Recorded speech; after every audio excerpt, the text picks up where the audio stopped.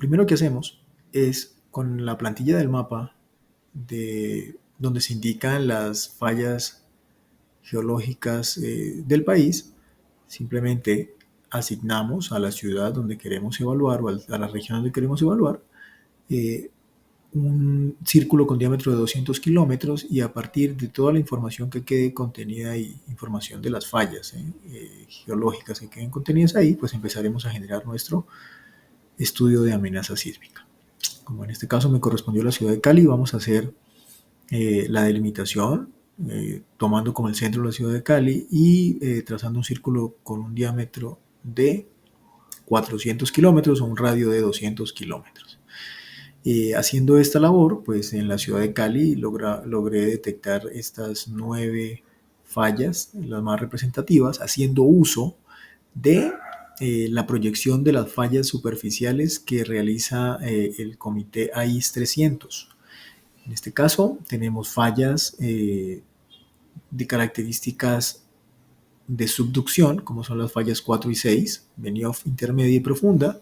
Tenemos fallas con diferentes tipologías, ya vamos a ver cómo asignamos cada una de ellas. ¿De acuerdo? Seguido a esto, simplemente lo que hacemos es detallar de una mejor manera cada una de las distintas fallas que vamos a estudiar y logramos con la nube de puntos de los eventos sísmicos que se presentan en los mapas, específicamente en el catálogo sísmico del Servicio Geológico Colombiano, determinar qué tipo de falla vamos a estudiar. En este caso podemos destacar dos tipos. Vamos a tener unas fallas tipo lineal, como son las fallas 4 y 6, fallas asociadas a la subducción, y tenemos unas fallas lineales, como es esta, y esta falla 22. A las demás, para poder desarrollar el ejercicio, pues simplemente lo que hice fue asignarles un área, ¿sí?, en función de la nube de puntos, como ya les dije. Como están tan juntas las fallas que vamos a estudiar, el ancho de franja que se va a tomar es del orden de 30 kilómetros para cada una de las fallas. Con esta información, entonces simplemente nosotros sacamos la geometría de cada una de las fallas. Como ya les mencioné, tenemos fallas tipo lineales y tenemos fallas tipo área. Entonces, obtenemos las coordenadas de cada uno de los vértices y para las fallas tipo área, simplemente vamos a registrar esta información de latitud, longitud, profundidad de una vez como la solicita el programa Crisis, que es ingresando los vértices de forma antihoraria.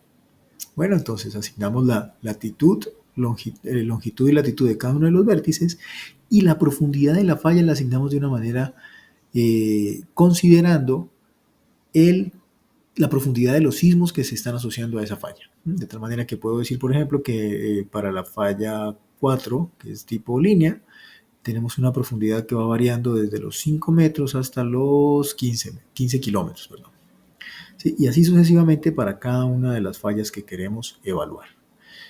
Con la información de los 9 puntos de los eventos asignados a cada una de las fallas, pues generamos las curvas Gutenberg-Richter que nos permiten determinar parámetros como la máxima magnitud del sismo que se puede presentar y podemos determinar algunos parámetros adicionales para poder ingresarlos al programa Crisis. Eso lo hacemos para todas las fuentes que hemos considerado.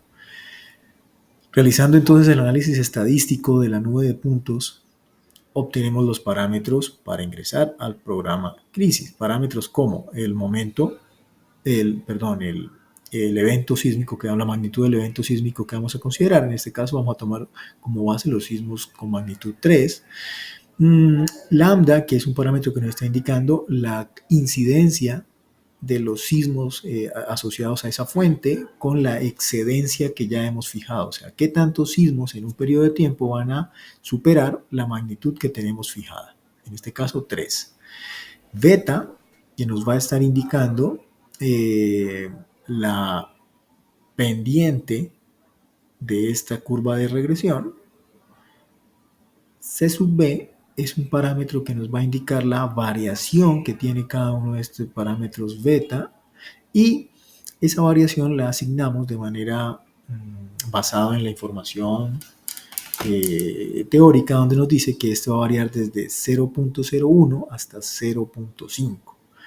Y del diagrama de la curva Gutenberg-Richter simplemente leemos la magnitud máxima que podemos esperar para esa fuente. Una vez ingresamos toda la información al programa Crisis, simplemente lo que vamos a encontrar es un mapa detallado donde pues podemos evidenciar cuáles van a ser las fuentes más representativas en cuanto a la amenaza sísmica para una ciudad. La ciudad de Cali está ubicada en este sitio y pues una conclusión inmediata que podemos obtener es que las fuentes principales para los sismos en Cali se deben a las que están ubicadas en la zona de subducción, siendo estas las de mayor incidencia.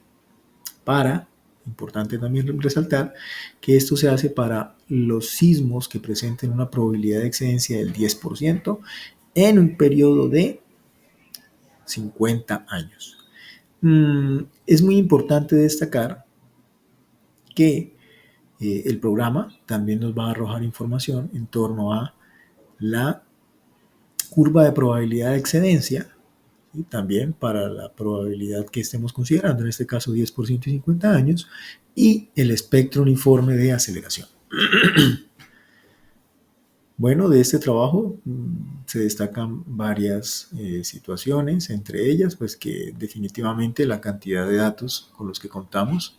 Para este estudio se trabajó con el catálogo sísmico del Servicio Geológico Colombiano, donde hay alrededor de 16.000 registros de sismos, pero estos registros de sismos no están asignados a una fuente específica, por lo tanto el trabajo de depuración de la información es un trabajo bien importante y definitivamente esa depuración de los datos va a generar unos resultados confiables o no.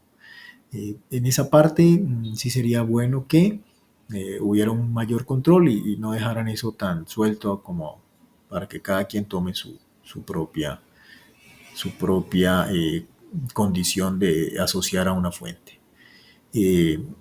Cuando estamos trabajando con el programa Crisis, aparte de la información propia sismológica que se requiere, también es necesario una información teórica, como por ejemplo las curvas de atenuación, estas ecuaciones de atenuación, y pudimos evidenciar que hay muchas, pero remitiéndonos a la información del comité AIS 300, simplemente ellos recomiendan que para las fallas asociadas a la zona Benioff, las curvas de atenuación de García presentaron un comportamiento mucho más adecuado, por lo tanto en nuestro trabajo se asignan las curvas de García para las fallas 4 y 6, que son las asociadas a la zona de subducción, mientras que para las fallas corticales se asigna unas ecuaciones de atenuación de Campbell y Strike.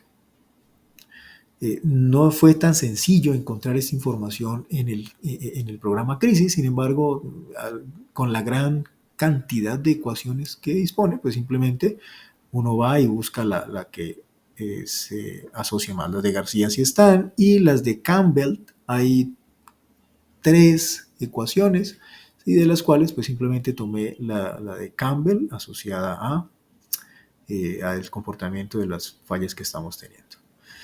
Definitivamente hay que tener mucho cuidado al momento de ingresar la información, ¿sí? Sobre todo la información geológica asociada a la profundidad de la falla, el tipo de falla, la depuración de toda esa información del catálogo de sismos se convierte en una piedra angular para obtener resultados que sean confiables o no. De los resultados propiamente dichos para la ciudad de Cali, se obtiene una aceleración pico efectiva del orden de 50 gales, ¿sí? Siendo muy distinta a la que se está presentando o la que nos están entregando la norma sismo resistente, situación que definitivamente la asocio a la información geológica, ¿sí? Al no tener unos datos precisos, unos datos mucho más confiables, simplemente pues el resultado va a diferir. También es importante al momento de determinar estas condiciones, pues la cantidad de puntos que uno va a evaluar, ¿sí? Y en la asignación de esta de esta labor, se vuelve importante el manejo de algún depurador de datos, de algún programa que maneje bases de datos de una manera adecuada para poder asociarlas a cada una de las fallas. La actividad que se desarrolla pues es importante para conocer la herramienta y sobre todo para poder entender cómo nos entregan los códigos, la información referente a los espectros de diseño que utilizaremos. Es importante resaltar pues, que el espectro de diseño que nos entrega la norma pues, está basada en una aceleración pico efectiva asociada a un periodo cero. ¿Sí? Aquí el programa, este espectro uniforme, nos lo entrega para muchas condiciones de periodo. Aquí evaluamos hasta un periodo de 5 segundos. También es posible observar las fuentes activas, como ya les mencioné, y algunas fuentes que no van a ser tan representativas en la amenaza sísmica en la ciudad. Recuerden que Cali está aquí y de aquí pues podemos observar que a medida que vamos ingresando hacia el continente, el efecto de las cordilleras genera una cierta atenuación, logrando que las fallas que están ubicadas en la zona de la cordillera oriental no generen una amenaza representativa para la ciudad de Cali. Definitivamente, el efecto de atenuación debido a la presencia de estos grandes macizos, a estas cordilleras, se evidencia también con estos resultados. Muchas gracias, eso es todo.